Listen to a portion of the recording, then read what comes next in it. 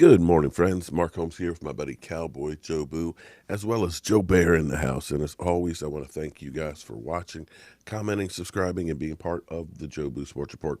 Without you guys, this literally does not work. Let's get open for business here, and let's wake up my football gods on this morning. Wake up, guys. Wake up. We are here Saturday morning. I hope you guys are having a safe and wonderful Labor Day weekend. And well, once I get finished here, I'm heading down the road. I've got a unit I've got to paint this weekend. I got to change the light fixtures and the smoke detectors and fix the closet doors. I got a lot of work to do. But, I'm happy that I have work to do, so I'm not going to complain at all. So we sit here. Look at that. Take a good look. 8 days, 12 hours, 22 minutes, and 45 seconds away from kickoff of the NFL season. And man, this season, so many positive things. Forgive me. I got a little congestion this morning. So many positive things are happening for the Dallas Cowboys. And you can see that the Dallas Cowboys are leaving no stone unturned at improving this team. They are looking high and low. Brandon Carr, former Dallas Cowboy, former Kansas City Chief, former Baltimore Raven, cornerback. He came by for a visit yesterday, and, I wouldn't mind having Brandon Carr back. I know a lot of people look and say he didn't do anything here, but honestly, for the last 5-6 years, what cornerback has done a whole lot? You have to wonder when you look and say that none of our cornerbacks did very well, but it seems like once they left here, they did better. Was it the players that we had here, or was it the system that we had? Because not every player fits every system. Our system was more of a bend, don't break. Let's give a big cushion and keep everything in front of you. Let's not challenge the people there. The thing about Brandon Carr is Brandon Carr was consistent. Brandon Carr didn't miss games. Brandon Carr was a stand-up guy. Brandon Carr can teach a lot to the young people. And you can never have enough good cornerbacks. So I'm not mad about that one at all. I'll be interested to see what the Cowboys do. I believe he's only 31 years of age, so we'll wait and see how that goes. But this year, and again, the same thing can be said maybe about Tristan Hill, apparently. Tristan Hill, who a lot of people were saying, oh, he's a bust, wasted pick, he won't make the team, and, had doubts about him, apparently quietly has had a really good training camp because Stephen Jones, and the thing I say about Stephen Jones is this. Jerry, you get, this is the kind of stuff you get from Jerry. Picture if you were a driver of a car and you had a wreck and your hand was almost severed off, but you didn't understand your anatomy. You look down, you're spurting blood, you open the door and run to the woods and either die bleeding to death or shock. The educated man looks down, knows his anatomy, squeezes and knows his best chance is to wait for help. That's because he's been there a lot and done that. And so I'm waiting, I'm squeezing and waiting for help. So that's the kind of stuff that we get from Jerry Jones. Jerry Jones likes to shoot from the hip. Jerry Jones loves the limelight. Stephen Jones said that Tristan Hill had earned one of the starting defensive tackle roles. That's huge. That is a complete 180 and turnaround, and that gives you our guys another, punch as far as on that defensive line. Mike McCarthy's philosophy is going to be, we're going to score, and we're going to score often. And we want to get our defense into the role of basically being one-dimensional against the offense, pinning the ears back and going after the quarterback. And they want to have a rotation to put wave after wave of guy. And you can look at that defensive line. Defensive line went from one of our weak points on the team to now possibly as one of our strong suits. The Dallas Cowboys will be able to put. I mean, there's just so many guys. Oh my God! If Alden Smith is what we believe he is from early reports, wow, he'll be a great complement to D-Law. But then you got Tyrone Crawford, who can also play defensive end and defensive tackle, who's rejuvenated and excited as can be, having come back from the 2 hip surgeries. But you also have Everson Griffin over there. You've got Don Terry Poe, and you've got the Canadian Bulldozer. I just love that name that you're going to be able to put in there, along with Tristan Hill. And that's before you even put Bradley Anai in there. You've got, not just one group of defensive linemen. You've got second group, and you even go into a third group right now that you're going to be able to put out there and literally wear out the offensive lineman. See, typically, as an offensive lineman, you're playing against one guy.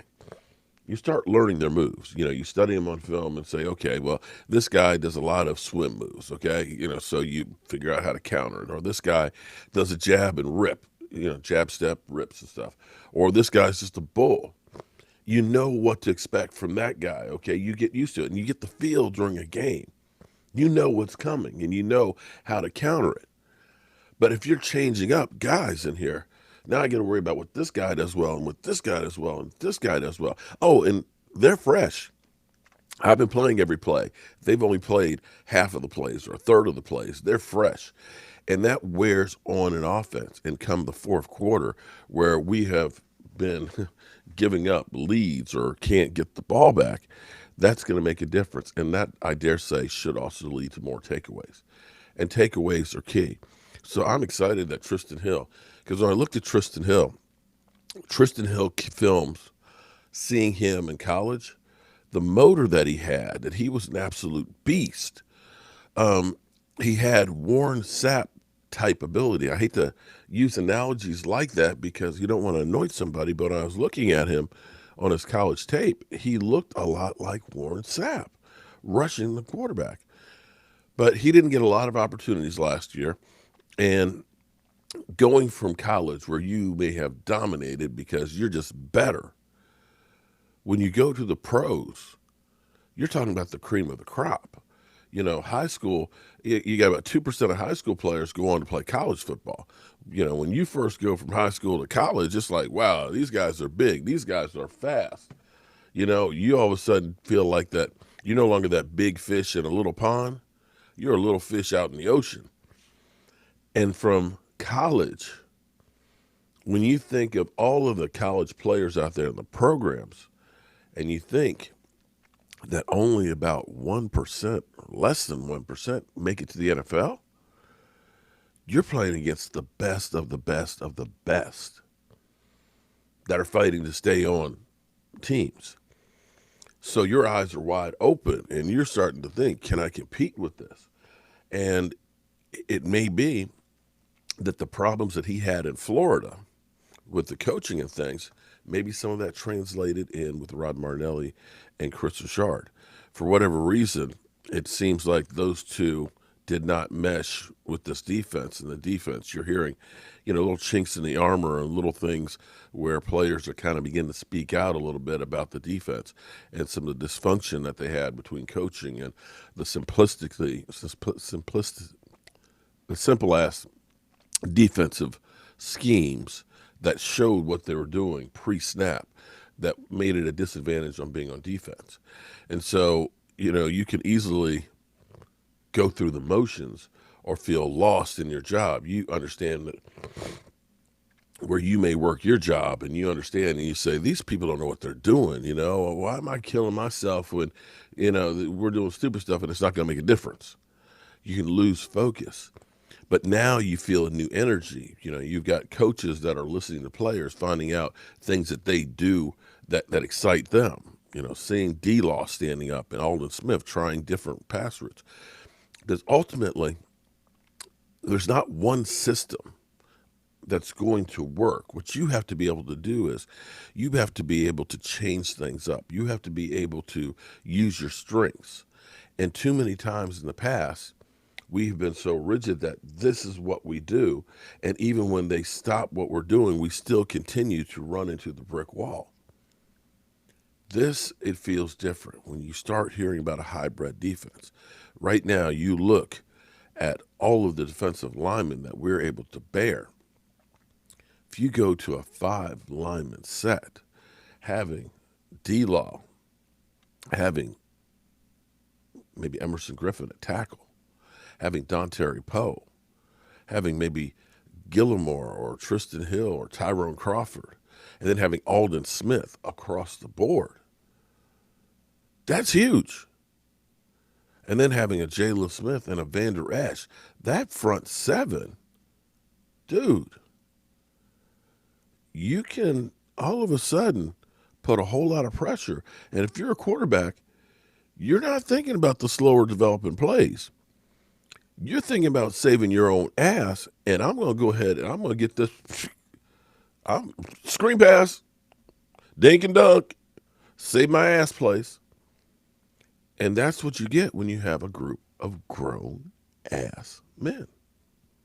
This defense, this defense is going to be tough. Whew, boy. I'm excited as can be for this season. And that's why I'm going to try and go down here and get as much work done today and tomorrow, because I do not want to have to go down next weekend and work on it. But, you know, people need a place to live. So I got to take care of business. And as they always say, there's no future here on YouTube. Don't quit your day job because you stink. Yeah. I always keep that in the back of my mind. And it drives me every single day. All right, y'all. I probably don't have much Wi-Fi or internet connection. It's real slow, so I may miss some of the news today. Today we have to get down to our final 53 cuts and see who clears waiver by 4 o'clock, and then get our practice squad together. We'll see if there's any surprise cuts that happen. I'll do the best that I can to bring you coverage, of course, in the Dallas Cowboys. But like I said, can't quit my day job. I'm Mark Holmes, and I hope you guys have a wonderful holiday weekend. Please stay safe.